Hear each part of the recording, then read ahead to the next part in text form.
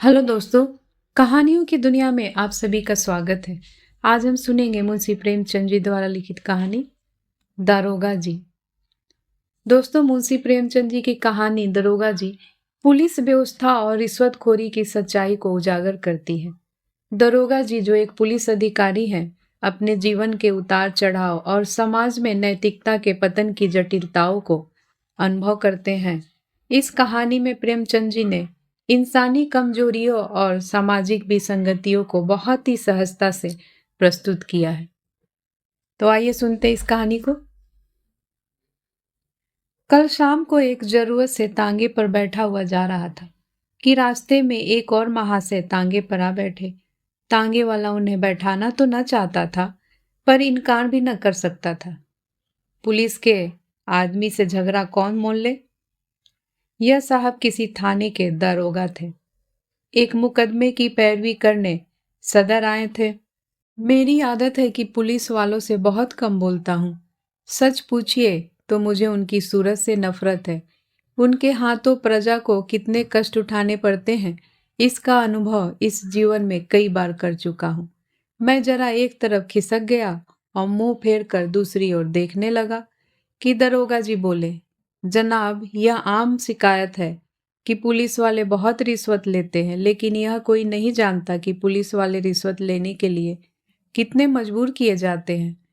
अगर पुलिस वाले रिश्वत लेना बंद कर दे तो मैं हलफ से कहता हूँ, ये जो बड़े बड़े ऊंची पगड़ी वाले रईस नजर आते हैं, सब के सब जेल खाने के अंदर बैठे दिखाई दे। अगर हर एक मामले का चालान करने लगे तो दुनिया पुलिस वालों को और भी बदनाम करे। आपको यकीन ना आएगा जनाब। रुपए की थैलियां गले लगाई जाती है, हम हजार इनकार करें पर चारों तरफ से ऐसे दबाव पड़ते हैं कि लाचार होकर लेना ही पड़ता है। मैंने उपहास के भाव से कहा, जो काम रुपए लेकर किया जाता है वही काम बिना रुपए लिए भी तो किया जा सकता है। दरोगा जी हंसकर बोले, वह तो गुनाह बेलज्जत होगा बंदा परवर। पुलिस का आदमी इतना कट्टर देवता नहीं होता, और मेरा ख्याल है कि शायद कोई इंसान भी इतना बेलौस नहीं हो सकता। और सींगों के लोगों को भी देखता हूँ, मुझे तो कोई देवता न मिला। मैं अभी इसका कुछ जवाब दे ही रहा था कि एक मियाँ साहब लंबी अचकन पहने, तुर्की टोपी लगाए, तांगे के सामने से निकले। दारोगा जी ने उन्हें देखते ही झुककर सलाम किया और शायद मिजाज शरीफ पूछना चाहते थे कि उस भले आदमी ने सलाम का जवाब गालियों से देना शुरू किया। जब तांगा कई कदम आगे निकल आया तो अब वह एक पत्थर लेकर तांगे के पीछे दौड़ा। तांगे वाले ने घोड़े को तेज किया। उस भले मानुस ने भी कदम तेज किए और पत्थर फेंका। मेरा सिर बाल बाल बच गया। उसने दूसरा पत्थर उठाया, वह हमारे सामने आकर गिरा। तीसरा पत्थर इतनी जोर से आया कि दरोगा जी के घुटने में बड़ी चोट आई, पर इतनी देर में तांगा इतनी दूर निकल आया था कि हम पत्थरों की मार से दूर हो गए थे। हाँ, गालियों की मार अभी तक जारी थी। जब तक वो आदमी आंखों से ओझल न हो गया, हम उसे एक हाथ में पत्थर उठाए गालियां बकते हुए देखते रहे। जब जरा चित्त शांत हुआ, मैंने दरोगा जी से पूछा, यह कौन आदमी है साहब? कोई पागल तो नहीं है? दरोगा जी ने घुटने को सहलाते हुए कहा, पागल नहीं है साहब, मेरा पुराना दुश्मन है। मैंने समझा था जालिम पिछली बातें भूल गया होगा, वरना मुझे क्या पड़ी थी कि सलाम करने जाता। मैंने पूछा, आपने इसे किसी मुकदमे में सजा दिलाई होगी? बड़ी लंबी दास्तां है जनाब, बस इतना ही समझ लीजिए कि इसका बस चले तो मुझे जिंदा ही निगल जाए। आप तो शोक की आग को और भड़का रहे हैं। अब तो वह दास्तान मुझे सुने बगैर तस्कीन न होगी। दरोगा जी ने पहलू बदल कर कहा, अच्छी बात है, सुनिए। कई साल हुए मैं सदर में ही तैनात था। बेफिक्री के दिन थे, ताजा खून। एक मासूक से आंख लड़ गई। आम दफ्तर शुरू हुई। अब भी जब उस हसीना की याद आती है तो आंखों से आंसू निकल आते हैं। बाजारू औरतों में इतनी हया, इतनी वफा, इतनी मुरव्वत मैंने नहीं देखी। 2 साल उसके साथ इतने लुत्फ से गुजरे कि आज भी उसकी याद करके रोता हूँ, मगर किस्से को बढ़ाऊंगा नहीं, वरना अधूरा ही रह जाएगा। मुख्तसर यह कि 2 साल के बाद मेरे तबादले का हुक्म आ गया। उस वक्त दिल को जितना सदमा पहुंचा, उसकी फिक्र करने के लिए दफ्तर चाहिए। बस यही जी चाहता था कि इस्तीफा दे दूं। उस हसीना ने यह खबर सुनी तो उसकी जान सी निकल गई। सफर की तैयारी के लिए मुझे 3 दिन मिले थे। ये 3 दिन हमने मंसूबे बांधने में काटे। उस वक्त मुझे अनुभव हुआ कि औरतों को अक्ल से खाली समझने में हमने कितनी बड़ी गलती की। मेरे मंसूबे शेख चिल्ली कैसे होते थे? कलकत्ते भाग चले, वहां कोई दुकान खोल ले या इसी तरह कोई दूसरी तजवीज करता, लेकिन वह यही जवाब देती कि अभी वहां जाकर अपना काम करो। जब मकान का बंदोबस्त हो जाए तो मुझे बुला लेना, मैं दौड़ी चली आऊंगी। आखिर जुदाई की घड़ी आई।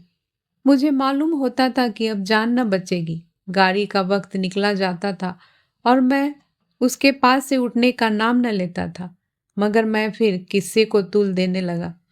खुलासा यह कि मैं उसे 2-3 दिन में बुलाने का वादा करके रुखसत हुआ, पर अफसोस वे 2-3 दिन कभी ना आए। पहले 10-5 दिन तो अफसरों से मिलने और इलाके की देखभाल में गुजरे। इसके बाद घर से खत आ गया कि तुम्हारी शादी तय हो गई है, रुखसत लेकर चले आओ। शादी की खुशी में उस वफा की देवी की मुझे फिक्र न रही। शादी करके महीने भर बाद लौटा तो बीबी साथ थी। रही से ही याद भी जाती रही। उसने 1 महीने के बाद एक खत भेजा, पर मैंने उसका जवाब न दिया। डरता रहता था कि कहीं एक दिन वह आकर सिर पर सवार न हो जाए, फिर बीबी को मुंह दिखाने लायक भी न रह जाऊंगा। साल भर के बाद मुझे एक काम से सदर आना पड़ा। उस वक्त मुझे उस औरत की याद आई। सोचा जरा चलकर देखना चाहिए किस हालत में है। फौरन अपने खत न भेजने और इतने दिनों तक न आने का जवाब सोच लिया और उसके द्वार पर जा पहुंचा। दरवाजा साफ सुथरा था। मकान की हालत भी पहले से अच्छी थी। दिल की खुशी हुई कि उसकी हालत इतनी खराब नहीं है जितनी मैंने समझी थी। और क्यों खराब होने लगी? मुझ जैसे दुनिया में क्या और आदमी नहीं है? मैंने दरवाजा खटखटाया। अंदर से वह बंद था। आवाज आई, कौन है? मैंने कहा, वाह, इतनी जल्दी भूल गई। मैं हूँ वसीर। कोई जवाब न मिला। आवाज उसी की थी, इसमें शक नहीं। फिर दरवाजा क्यों नहीं खोलती? जरूर मुझसे नाराज है। मैंने फिर किवाड़ खटखटाने और खटखटाए और लगा अपनी मुसीबतों का किस्सा सुनाने। कोई 15 मिनट के बाद दरवाजा खुला। हसीना ने मुझे इशारे से अंदर बुलाया और चट किवाड़ बंद कर दिए। मैंने कहा, मैं तुमसे मुआफ़ी मांगने आया हूँ। यहाँ से जाकर मैं बड़ी मुसीबत में फंस गया। इलाका इतना खराब है कि दम मारने की मोहलत नहीं मिलती। हसीना ने मेरी तरफ न देखकर जमीन की तरफ ताकते हुए कहा, मुआफ़ी किस बात की? तुझसे मेरा निकाह तो नहीं हुआ है? दिल कहीं और लग गया तो मेरी याद क्यों आती? मुझे तुमसे कोई शिकायत नहीं। जैसा और लोग करते हैं वैसा ही तुमने किया। यही क्या कम है कि इतने दिनों के बाद इधर आ गए हो? रहे तो खैरियत से? किसी तरह जिंदा हूं। शायद जुदाई में घुलते घुलते यह तोंद निकल आई है। खुदा झूठ न बुलवाए, तब से दुने हो गए। मैंने झेपते हुए कहा, यह सारा बलगम का फिसाद है। भला मोटा मैं क्या होता? उधर का पानी निहायत बलगमी है। तुमने तो मेरी याद ही भुला दी। उसने अब की मेरी ओर तेज निगाहों से देखा और बोली, खत का जवाब तक न दिया? उल्टे मुझी को इल्जाम देते हो। मैं तुम्हें शुरू से बेवफा समझती थी और तुम वैसे ही निकले। बीवी लाए और मुझे खत तक न लिखा। मैंने ताज्जुब से पूछा, तुम्हें कैसे मालूम हुआ कि मेरी शादी हो गई? उसने रुखाई से कहा, यह पूछकर क्या करोगे? झूठे तो नहीं कहती? बेवफा बहुत देखे, लेकिन तुम सबसे बढ़कर निकले। तुम्हारी आवाज सुनकर जी में तो आया कि दुत्कार दूं, लेकिन यह सोचकर दरवाजा खोल दिया कि अपने दरवाजे पर किसी को क्या जलील करूं। मैंने कोट उतार कर खूंटी पर लटका दी, जूते भी उतार डाले और चरपाई पर लेटकर बोला, लैली देखो, इतनी बेरहमी से न पेश आओ। मैं तो अपनी खताओं को खुद तस्लीम करता हूँ और इसलिए अब तुमसे माफी मांगने आया हूँ। जरा अपने नाजुक हाथों से एक पान तो खिला दो। सच कहना, तुम्हें मेरी याद काहे को आती होगी?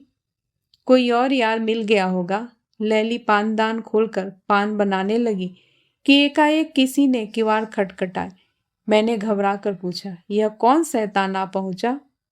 हसीना ने होठों पर उंगली रखते हुए कहा, यह मेरे शौहर हैं। तुम्हारी तरफ से जब निराश हो गई तो मैंने इनके साथ निकाह कर लिया। मैंने तेवरिया चढ़ाकर कहा, तो तुमने मुझसे पहले ही क्यों न बता दिया? मैं उल्टे पांव लौट न जाता। यह नौबत क्यों आती? न जाने कब की यह कसर निकाली। मुझे क्या मालूम था कि यह इतने जल्दी आ पहुंचेंगे।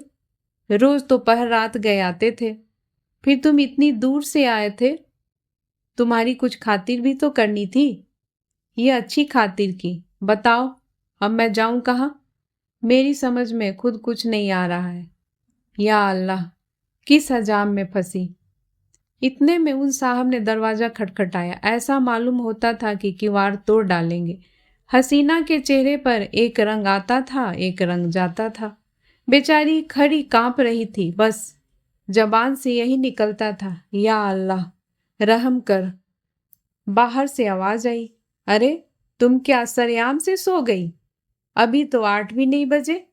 कहीं सांप तो नहीं सूंघ गया? अल्लाह जानता है, अब और देर की तो किवाड़ चिड़वा डालूंगा। मैंने गिड़गिड़ा कर कहा, खुदा के लिए मेरे छिपने की कोई जगह बताओ। पिछवाड़े कोई दरवाजा नहीं है?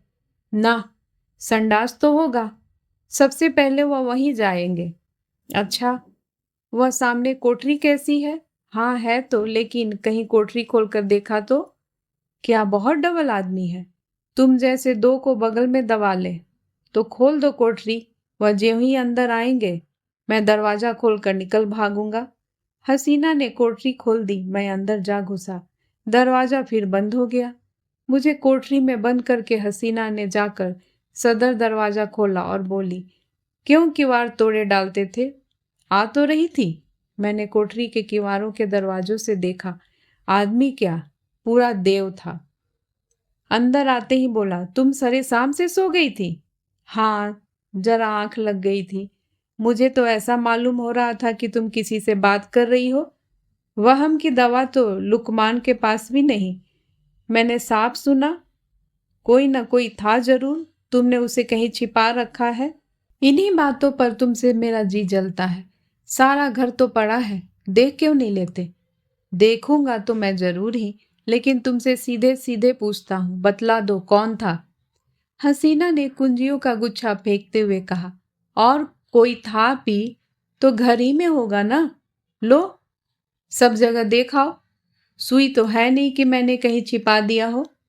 वह शैतान इन चकमों में ना आया। शायद पहले भी ऐसा ही चकमा खा चुका था।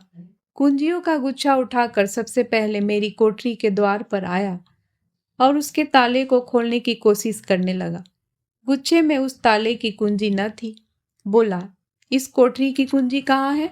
हसीना ने बनावटी ताज्जुब से कहा, अरे तो क्या उसमें कोई छिपा बैठा है? वह तो लकड़ियों से भरी पड़ी है। तुम कुंजी दे दो ना। तुम भी कभी कभी पागलों के से काम करने लगते हो। अंधेरे में कोई सांप बिच्छू निकल आए तो? न भैया, मैं उसकी कुंजी न दूंगी। बला से सांप निकल आए, अच्छा ही हो, निकल आए। इस बेहाई की जिंदगी से तो मौत ही अच्छी। हसीना ने इधर उधर तलाश करके कहा, न जाने उसकी कुंजी कहाँ रख दी। ख्याल नहीं आता। इस कोठरी में तो मैंने और कभी ताला नहीं देखा। मैं तो रोज लगाती हूँ, शायद कभी लगाना भूल गई हूँ तो नहीं कह सकती। तो तुम कुंजी ना दोगी?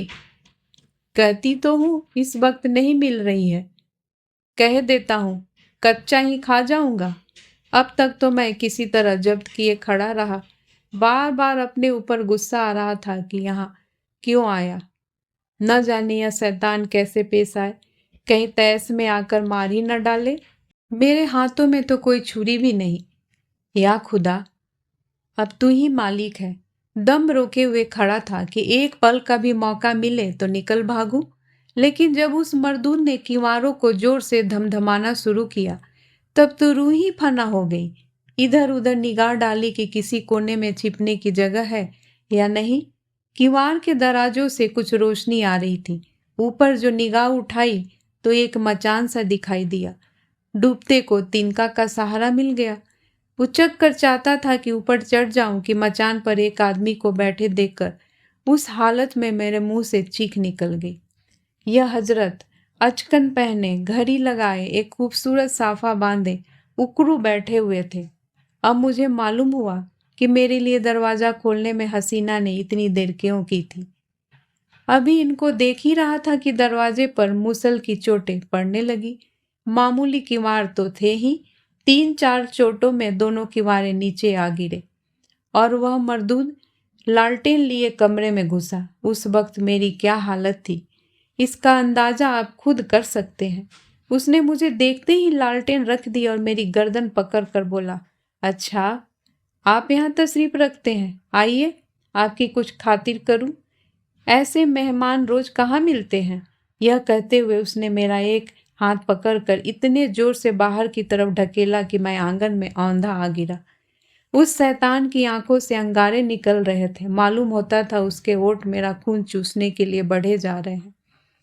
मैं अभी जमीन से उठने भी न पाया था कि वह कसाई एक बड़ा सा तेज छुरा लिए मेरी गर्दन पर आ पहुंचा।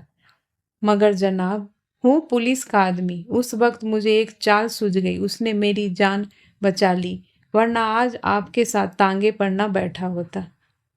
मैंने हाथ जोड़कर कहा, हुजूर मैं बिल्कुल बेकसूर हूँ, मैं तो मीर साहब के साथ आया था।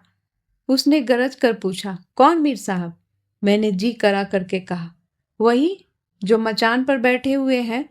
मैं तो हुजूर का गुलाम ठहरा, जहां हुक्म पाऊंगा उनके साथ जाऊंगा। मेरी इसमें क्या खता है? अच्छा, तो कोई मीर साहब भी मचान पर तशरीफ रखते हैं? उसने मेरा हाथ पकड़ लिया और कोठरी में जाकर मचान पर देखा। वह हजरत सिमटे सिमटाए भीगी बिल्ली बने बैठे थे। चेहरा ऐसा पीला पड़ गया था गोया बदन में जान ही नहीं। उसने उनका हाथ पकड़कर एक झटका दिया तो आप धम से नीचे आ रहे। उनका ठाठ देखकर अब इसमें कोई सुबह न रह गया कि वह मेरे मालिक है। उनकी सूरत देखकर उस वक्त तरस के साथ हंसी भी आती थी। तू कौन है बे? जी मैं, मेरा मकान। यह आदमी झूठा है, यह मेरा नौकर नहीं है। तू यहाँ क्या करने आया था? मुझे यही बदमाश मेरी तरफ देखकर धोखा देकर लाया था। यह क्यों नहीं कहता कि मजे उड़ाने आया था? दूसरों पर इल्जाम रखकर अपनी जान बचाना चाहता है।